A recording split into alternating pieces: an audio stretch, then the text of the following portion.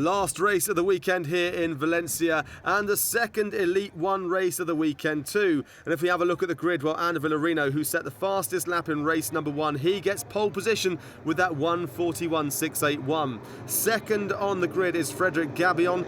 Anthony Kumpen, car 24, look out for him, he is third. And yesterday's winner, Eddie Cheever III, car 51, starts in fourth place ahead of Romain Iniesta, car number 7, and Willy Bacina in car number 4. So usual proceedings then, cars filing around behind the pace car, behind the safety car, heading around that left turn onto the start-finish straight. The safety car peels in to the pit lane on the right, dives into the right-hand side. The cars then start to build up the power, and off we go as the green lights turn. It's time to race. It's a rolling start as usual, and a great start from the poleman from Villarino. We expect him to do well. So is Villarino leading into the first turn. Is it going to stay like this though? We have Kumpen firing along and fighting very, very hard too. In fact, he's got the inside line. He's got second place ahead of Frederick Gabion. And race leader out in front, trying to pull ahead as much as he can. Andy Villarino trying to ignore what's going on behind him. We go on board now with Anthony Kumpen. This is a battle for second place with Frederick Gabion just on the inside of him. You can just about see Gabion. He's gone through there. Great overtaking manoeuvre. Gabion seems to be really fast. Locks up there, but manages to grab it back. Doesn't lose the car too much. He is looking very, very fast today. And I tell you something, Villarino will be looking in his mirrors, seeing that car, thinking, I have got to be focused. I've got to get ahead as far as I can before my tyres go and before Gabion starts to reel me back in. Gabion running slightly wide, but managing to keep it up there. There's a huge battle with the cars behind, with Gabion and Kumpen still fighting for second, running very wide up ahead. We go on board with Alan Day. He is trying to go on the inside. He's hit Rocker. It's not worked. He tried to dive on the inside. He's slowing. What's happened? Oh, it's a puncture for Alan Day, and that's not great news for the Israeli. What a real shame.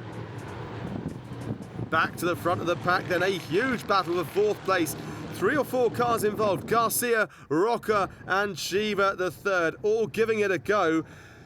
Garcia leading the pack. He looks pretty good though, and well, he's turning into the left-hander on the power too early, running very wide, and that's given it to Cheever III, who undertakes him there. So Garcia going wide, Cheever III takes advantage, jumps on top of him, and the car's now heading to that fast left-hander, but Garcia went too wide. Cheever taking the position. He's not going to hand it back in a hurry, that's for sure. The battle for 9th place is also hotting up. Philip Lietz is fighting with Freddie Nordstrom. Here we are, Freddie Nordstrom and Romain Iniesta, car number 7. On board then with Florian Renault. He's just behind them, and we can see from his view he's trying to gain as much as he can. Nordstrom up ahead and Lietz as well. Nordstrom diving on the inside. Is he going to make it stick? In he goes, turns left. He goes straight into the side of Lietz. They both spin, and wow, Renault goes straight through. If we have a look at the replay though from this angle, we can see Nordstrom hitting Lietz, both spinning, and a real shame because to avoid any contact, Fabrizio Armetta has also spun as well, and he's going to try and continue, but out comes the safety car. It's going to need to be out on track for a while as they clear up all the mess, which means all these gaps are going to be reduced, and the fans are going to have a spectacular restart, as you'd imagine. So we have Kumpen, Garcia, we also have Villarino on the lead there at the moment. Who's going to go into the first turn ahead? It's looking very exciting. Villarino seems to have it on the inside, but it looks to me like Gabion is going to lose his second place. Yes, he has. Kumpen goes through. Gabion runs wide. Kumpen takes second place. So we have Villarino lead, and we go on board now with Anthony Kumpen. He has taken second place, the 24 car, the PK car sport car, but diving in on the inside, Gabion has retaken his second place there. Phenomenal bit of driving, Gabion grabbing it back.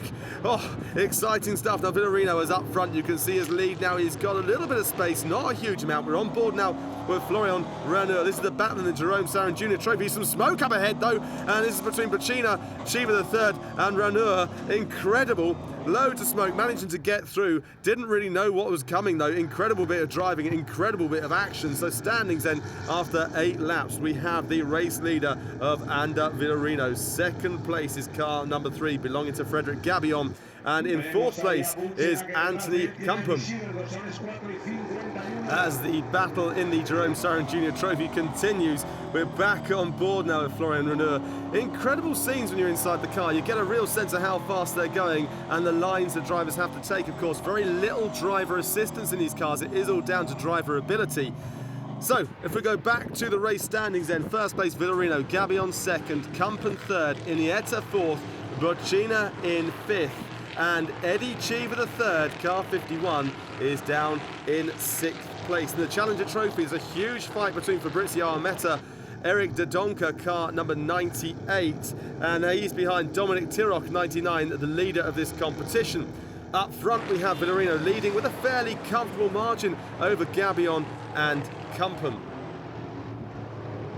This is car number 99, belonging to Dominic Tiroc there, and Eric de Donker's car number 98.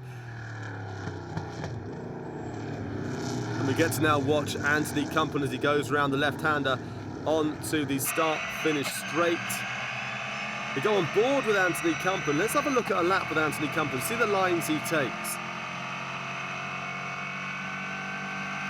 Can pretty much drive as he wants here. He's got a lot of clean air ahead of him, not getting any cars in his way. Turns into the left-hander. Very fast left-hander as well, back on the gas. Keeping on going. He's looking to reel back as much as he can, but not able to close the gap here all that much.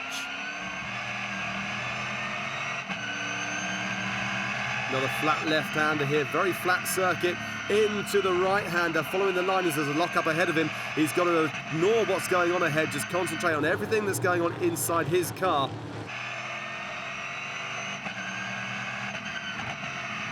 Fascinating to see what it's like for the driver from their point of view in those huge stands, the huge bleachers there, and a massive crowd as well.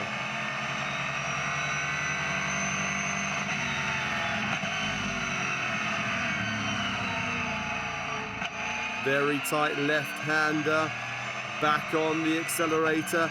These cars picking up speed very, very quickly. And the noise is incredible as well, the noise these V8s make. Another lock-up ahead of him. Feeds in the power. You've got to be careful you don't feed the power in too much. These cars get it in too much. You kick the back of the car out there and you lose control very, very easily, especially with the limited driving aids these cars have or don't have, as the case may be.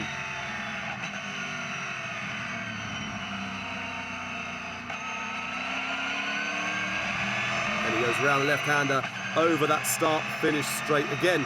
So we are now about 2 laps from the end, and it looks a little bit like this. In 1st place, Ander Villarino, quite a long way ahead. Just got to get through car number 2, followed by car number 3, that belonging to Gabillon, Frederick Gabillon just there. In 3rd place, we have got car 24.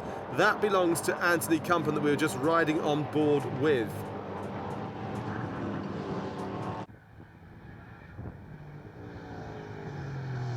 Round we go, and it looks very good for Villarino as he goes across or up to the start-finish line for the penultimate time. He'll get the white flag to say to him it's the last time he has to go across this.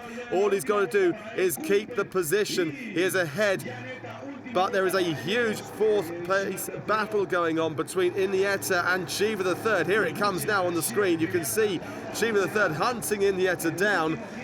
It looks absolutely phenomenal. Cheever the 3rd looks like he's got him on the run up there, but Iniesta has the inside line and closes the door. It's a huge, huge fight up until the very last seconds here.